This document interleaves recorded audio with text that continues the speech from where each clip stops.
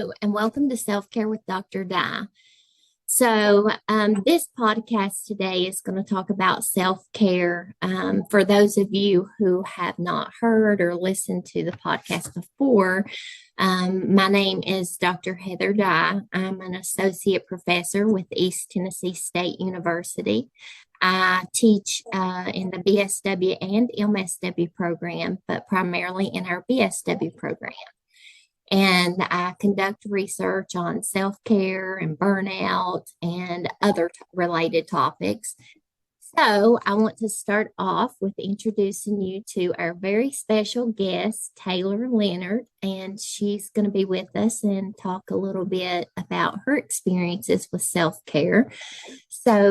Taylor, will you introduce yourself? Yeah, hi. Thank you for letting me come on here today. I'm super excited. I'm Taylor Leonard. I am a senior in the undergraduate program at ETSU. I'm majoring in social work and psychology.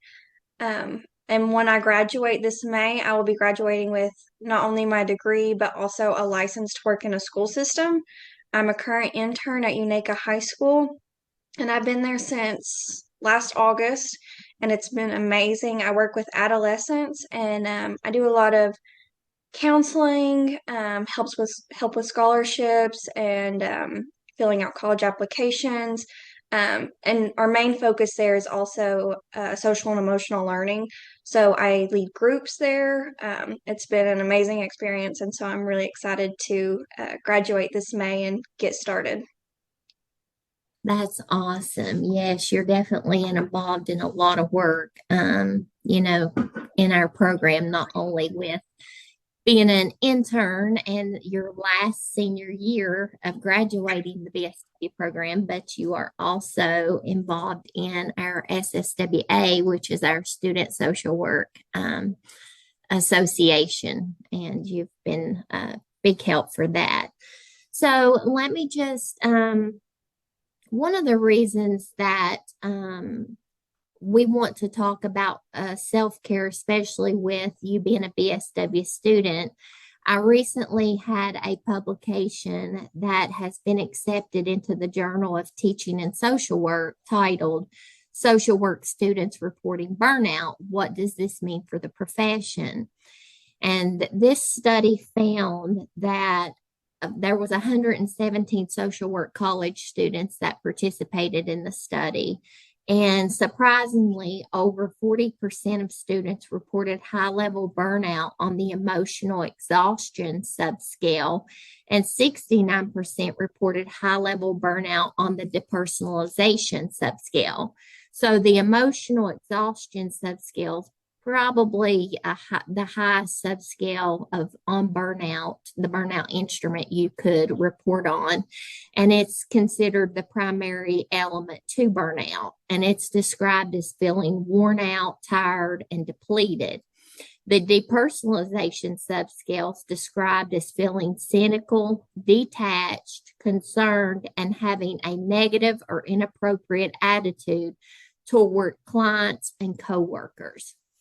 So we can see that this is definitely a subject that requires some intense investigation and also some discussion and solutions. And so that's what we're going to talk about. So, Taylor, let me ask you, how do you think self care impacts your ability to be an effective helping professional? It impacts it tremendously. So when I first learned about self-care, I was a junior in college. It was when I just got accepted into the program, which is crazy that that's when I first learned what self-care is. And to be honest with you, I felt selfish implementing it. It took a lot of retraining my brain to realize that it's actually the opposite of being selfish. Um, Once I started implementing self-care, I noticed a dramatic difference in my schooling, my personal life, and my overall well-being. So, a daily self-care routine that I've implemented recently is it's more so related to my spirituality. But I wake up every morning and I have designated times where I just read my Bible and I talk to the Lord. And it improves my day dramatically. I feel more positive. I'm able to let things go a lot better. And you don't have to believe what I believe to be able to engage in spiritual self-care. It's really just all about finding what brings you peace and what helps you recharge. And that could be through meditation or nature or something entirely different. But I definitely have noticed that once I start taking care of myself, I'm not procrastinating as much. I'm not getting as worked up over little things, and it's definitely had a positive impact on me. And I'm glad that I've grown from feeling selfish to doing it to feeling productive by doing it. Oh, I like that. Moving from feeling selfish to productive. That's wonderful. Yeah, you got to coin that statement. I love that. And I have read so much research, of course, with writing my article, that other authors have found that students felt like engaging in self-care was selfish. And so a lot of folks have that same feeling, the tendency to feel like, hey, I'm being selfish. But if we really take a deeper look into self care, it's not just so much about taking bubble baths or about watching a fun TV show. It's a deeper meaning with you've got to be. I think the NASW Code of Ethics says we have to be intentional about it and purposeful, which means we have to have a plan of, hey, I know what helps me relax. And if taking a bubble bath is something that you want to do to relax or helps you relax, then that's going to be part of your plan. But it's an individualized plan, and it has to be specific to that person because only that person knows what works. Just like you with spirituality, that's something that's going to just be a big release for you. And of course, we know spirituality means having a sense of that one's greater than us. And so when you said you talk to the Lord every morning, that gives you that release of saying, I know he's greater than me, and I know I can depend or rely on him. Same thing with anyone else that has, a different belief. It's like I said, it's a feeling of one that is greater than you. And so I really like that. That's so good. We just can't talk enough about self-care. And I'm so glad that you have that plan. And I am also shocked, like you said, it's your junior year that self-care was introduced to you. It would be great if we just introduced it to high school. High school students should really learn about self-care.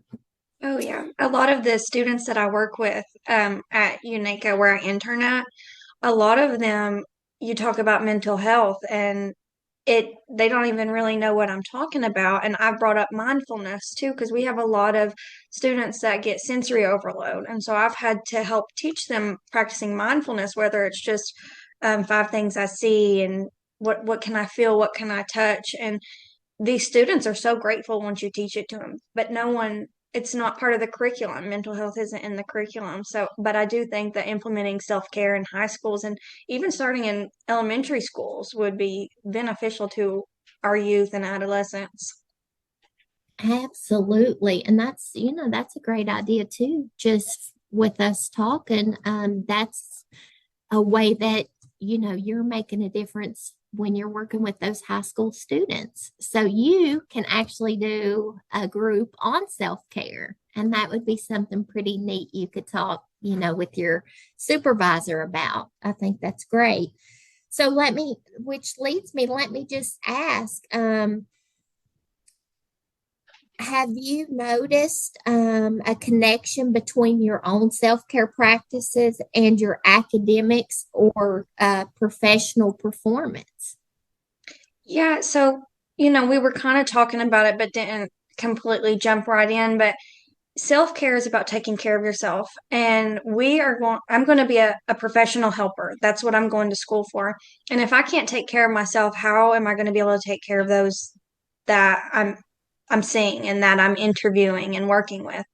And especially as a student, like I said, practicing self-care and implementing my reading the Bible every day and talking to the Lord, by setting that up and making time for myself, it has, I don't know the science behind it, but I'm more apt to getting things done on time. I'm not putting things off. I'm not as stressed.